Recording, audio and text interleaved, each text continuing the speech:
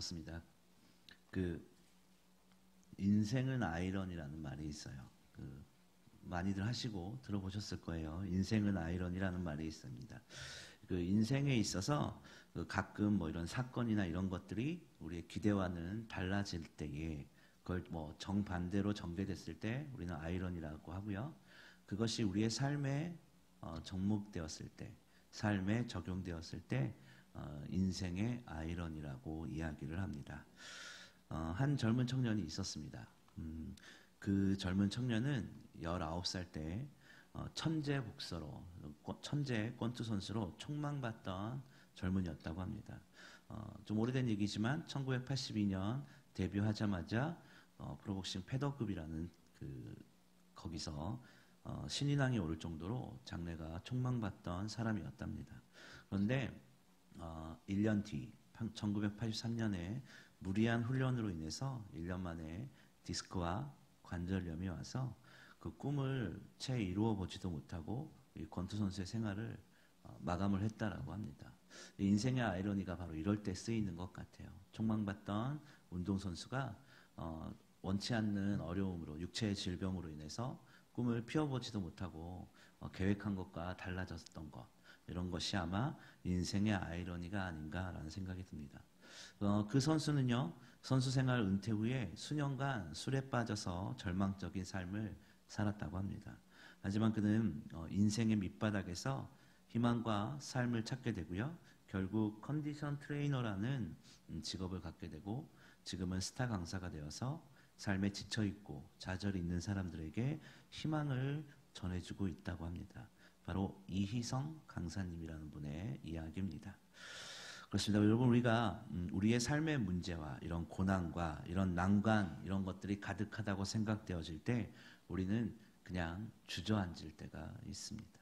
모든 것이 이제 끝났다라고 생각을 하고 내가 생각하는 것과 내 인생은 틀려졌다라고 생각하면서 주저앉을 때가 있다라는 것이죠.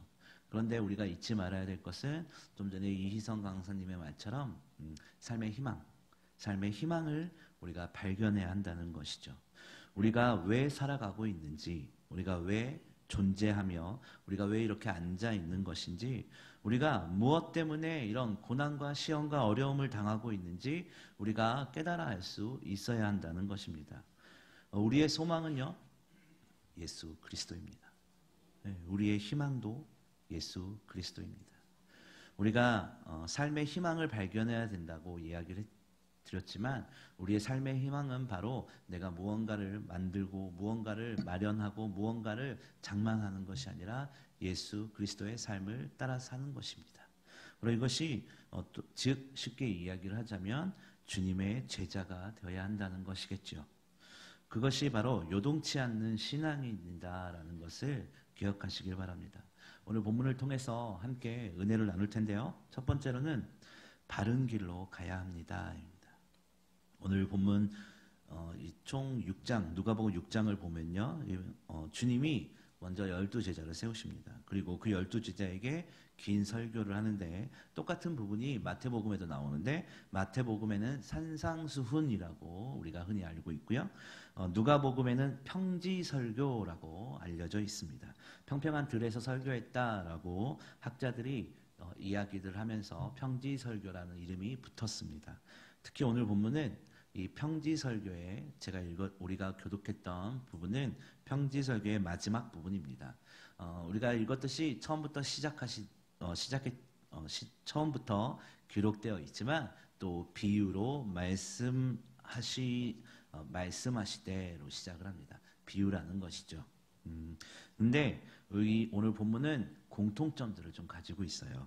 39절을 보면요, 2명의 소경이 등장을 하고요. 또 40절을 보면요, 선생님과 제자가 등장을 합니다. 또 41절과 42절에는 눈 속에 있는 들보와 티, 이런 것들이 기록하고요. 43절과 44절에는 우리가 읽었지만 좋은 나무와 못된 나무, 이렇게 기록하고요. 45절은 악한 자와 선한 자에 대해서 이야기를 하고요. 또 46절에서 끝절인 49절까지는 흙 위에 지은 집과 반석 위에 지은 집, 이렇게 짝을 지어서 계속해서 예수님께서 비유로 말씀하고 계십니다. 요약해서 간단히 말하자면 건강하지 않는 신앙인이란 이런 것이다 라는 것을 말씀하고 있는 것입니다. 좀 예를 보면요. 오늘 보면 39절에 소경이 소경을 인도할 수 있겠느냐라고 말을 합니다. 그렇습니다. 소경이 소경을 인도할 수는 없는 거예요. 앞을 볼 수 있는 사람만이 소경을 안전하게 인도할 수 있는 겁니다. 우리에게는 제가 운전을 하니까 내비게이션이라는 게 있잖아요. 제가 좀 옛날에 구형 내비게이션을 좀 가지고 있었어요.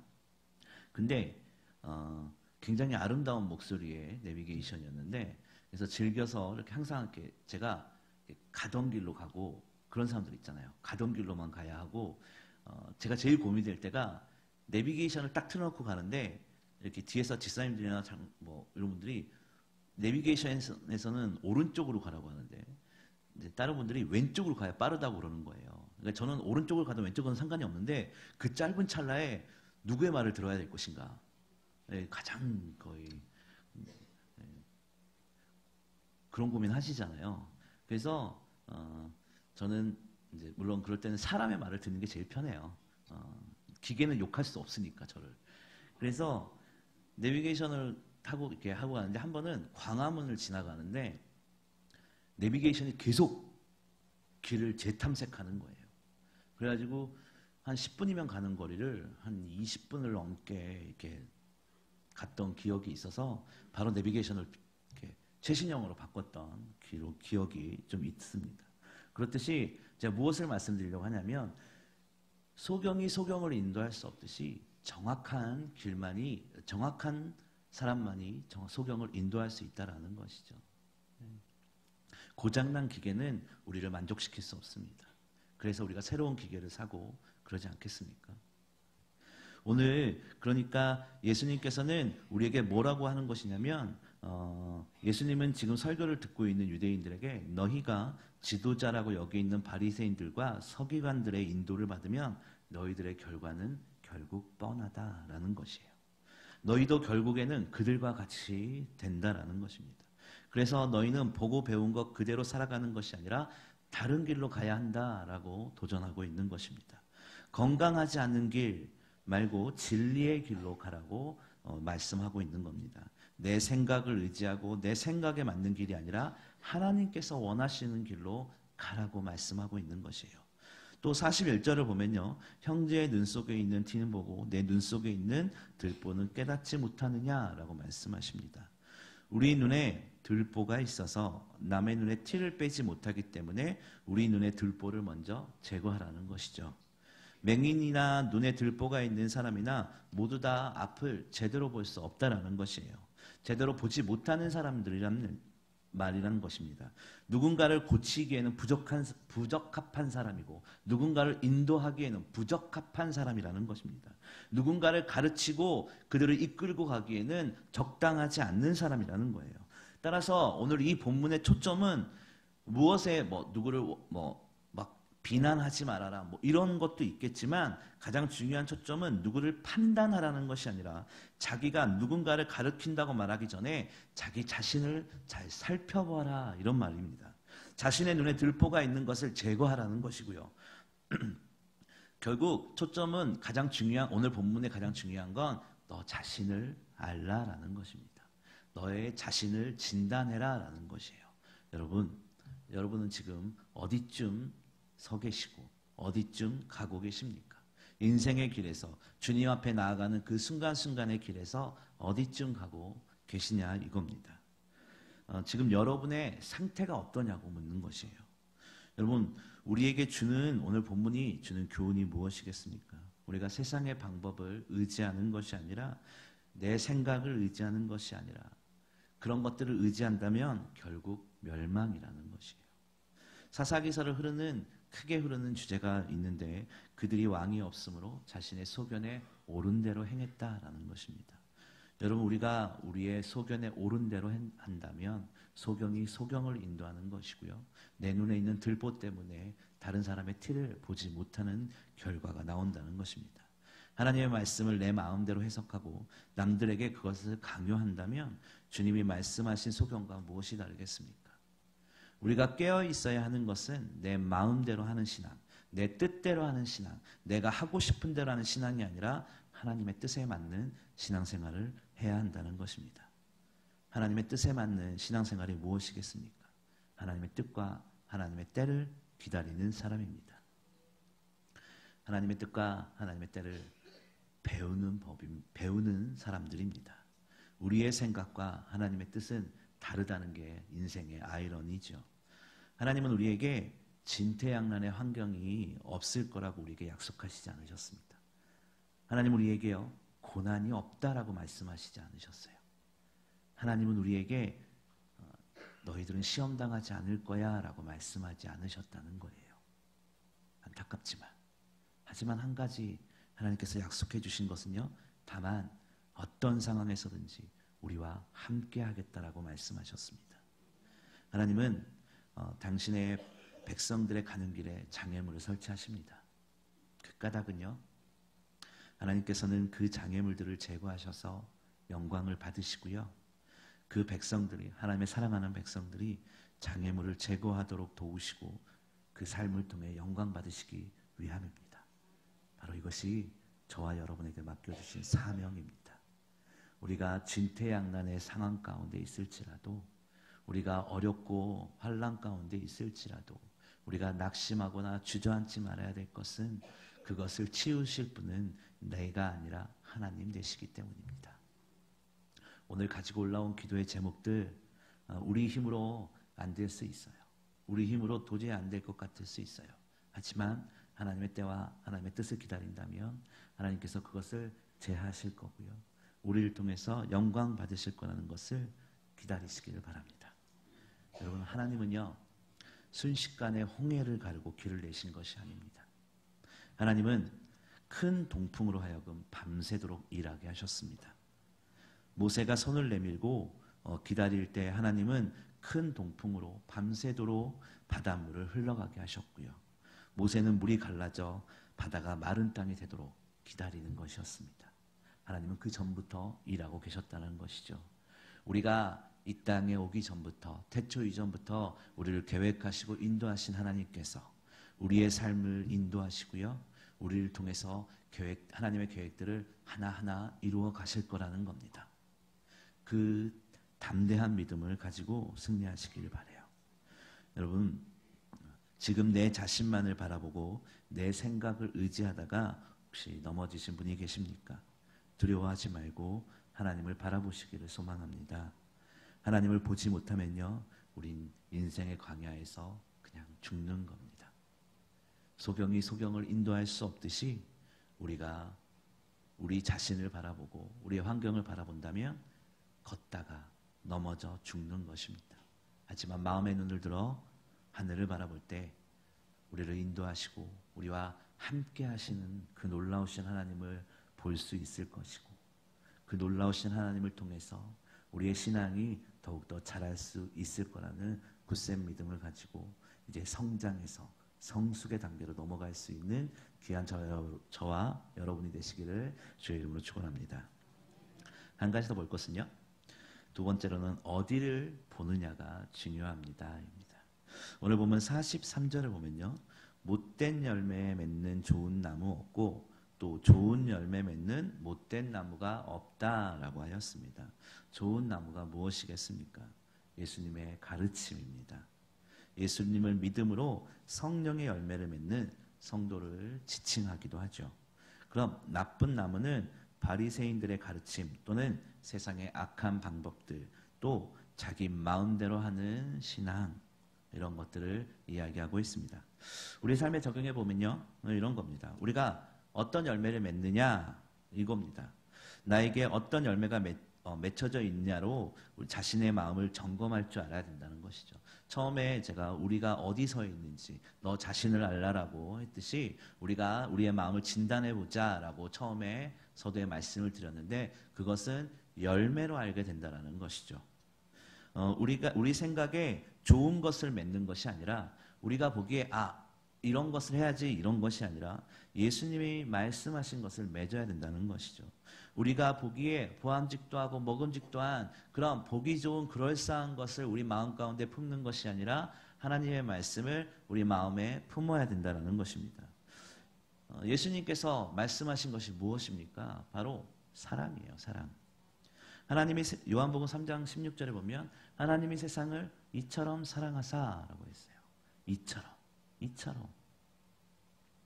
그 이처럼의 사랑은 독생자 아들을 주시기까지의 사랑입니다. 하나님의 최고의 언어는 아마 사랑입니다.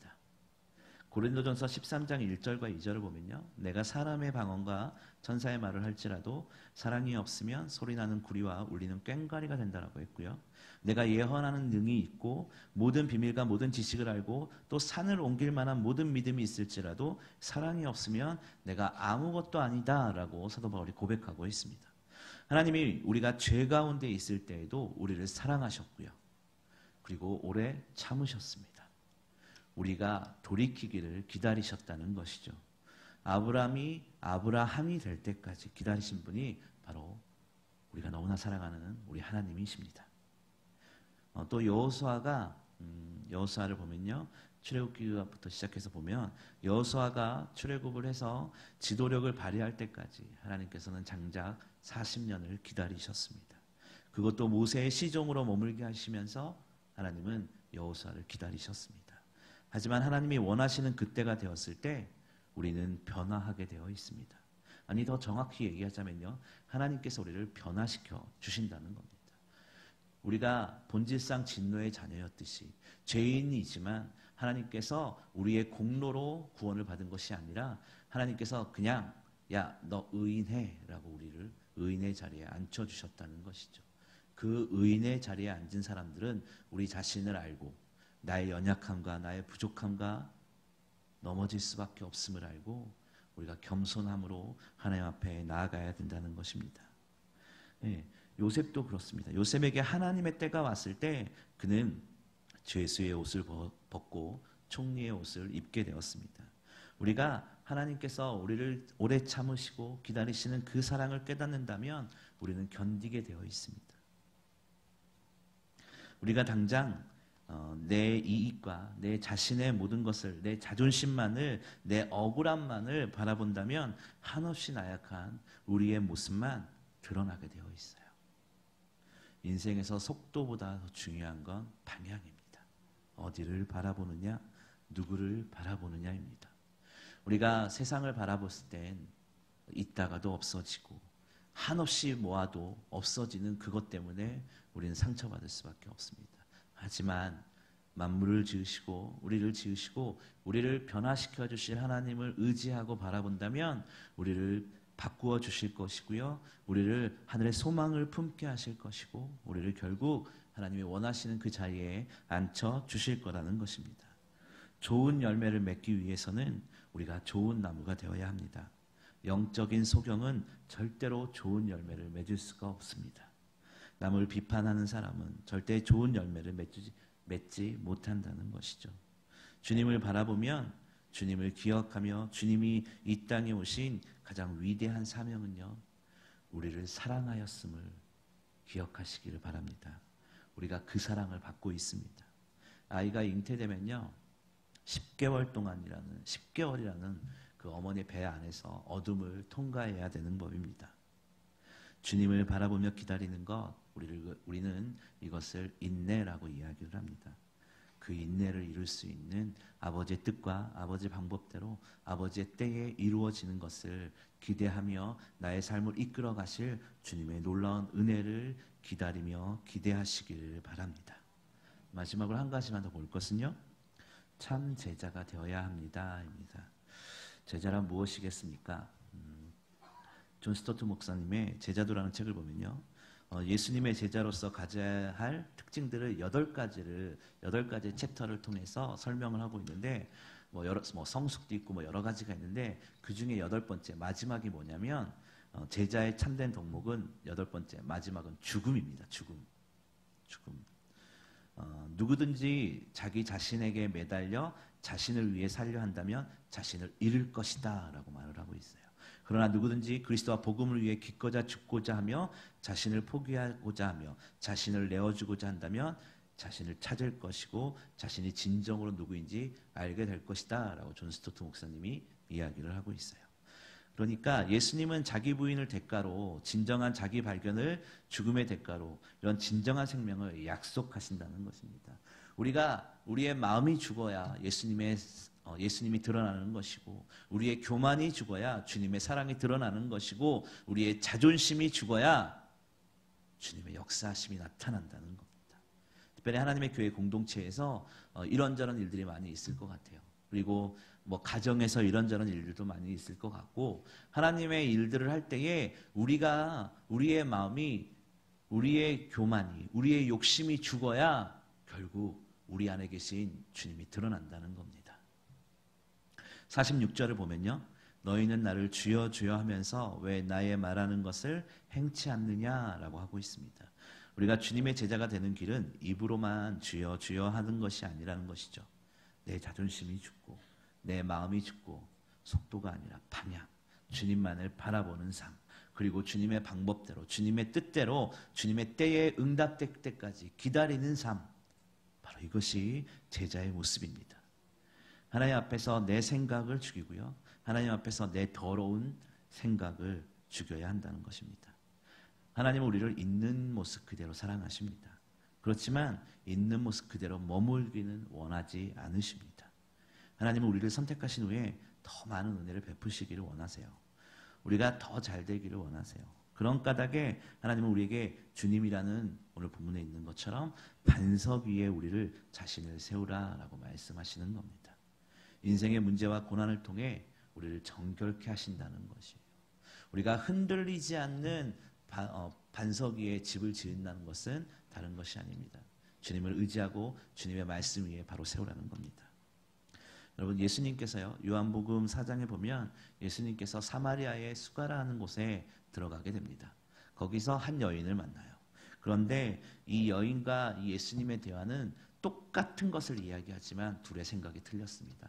똑같은 물을 이야기하지만 예수님은 생명의 물을 이야기하고 있었고 이 여인은 눈에 보이는 세상의 물을 이야기하고 있었어요.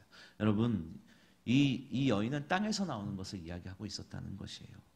사람들은 땅에서 얻는 것을 통해서 인생의 목마름을 해결하려고 합니다. 내 부족한 것을 채우려고 합니다. 아니요, 우리 그리스도인들은 그래서는 안 됩니다. 세상의 것이 부족할 수도 있고요, 세상에서 보일 때 연약할 수 있어요. 하지만 우리가 더 중요한 것은 주님께서 주시는 영원히 목마르지 않는 생명의 샘으로, 생명의 물로 우리를 채워야 한다라는 것이에요.